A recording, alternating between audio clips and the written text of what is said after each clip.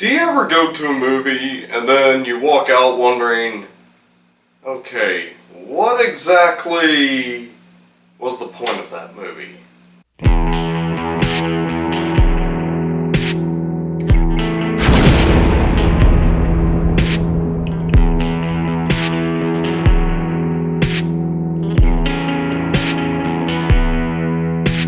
Okay, Hail Caesar.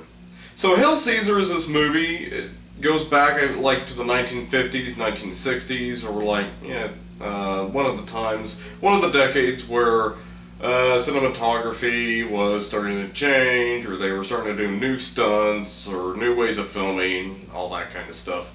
And it kind of centered around when there were some movie directors that identified themselves as communists, and it may have gone around the time when some of them were about to be blacklisted or stuff like that.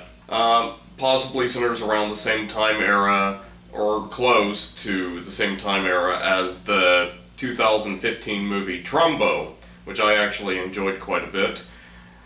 But as far as this movie goes, okay, most of the reason I went to this movie was because it had an all-star cast, and it's George Clooney plays this guy, this popular actor, and he gets kidnapped by these other people that work for another director. It just you're sitting there, you kind of just notice the things going on, but then a lot of times you wonder, okay, what exactly is this about? Because a lot of the movie focuses on, they cut to one actor going through one thing, then they go to another actor doing some other skit. Still, it was very interesting, watching them cut to all these different things, but as far as it working for the movie, you kind of wonder what exactly this movie is trying to point out to you. What exactly is this movie really about? And, personally, it wasn't all a bad movie.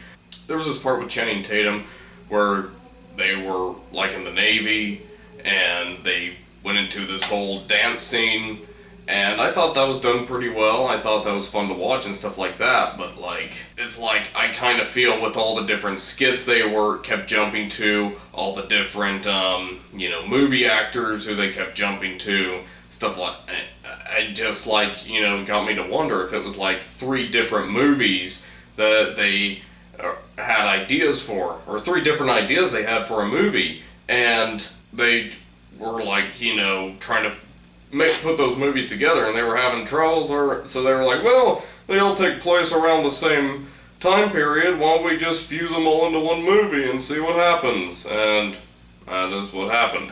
Now, this movie got so much hype, and I'm wondering if it had to do with the fact of the all-star cast. Like I said, that was pretty much the only reason I went to this movie, and I just really did not really understand the point of it. And the preview made it look it had the potential to be a good movie, but it still tricked you in some things, kind of it made a big deal out of, or at least on most of the promos for it, you notice, okay, Jonah Hill's in this movie. He pretty much just had one part. The part you saw in the trailer, that was pretty much the only scene he had in this movie. So, it's just, I don't know. I just left the theater just kind of clueless as to what went on. It wasn't entirely a bad movie. Like I said, there were some interesting things about it. Okay, so I guess I will give Hail Caesar 51%, because I didn't entirely hate it, but it still didn't make a lot of sense to me in some ways.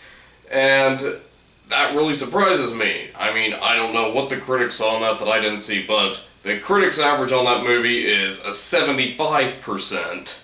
So with a 24% difference, we are going to have to use the Flixster user score to decide who takes this movie. And what do you know, the Flixster user score for this movie is a 46%, which means that I take this movie. Sorry critics, but you failed this time. Yes.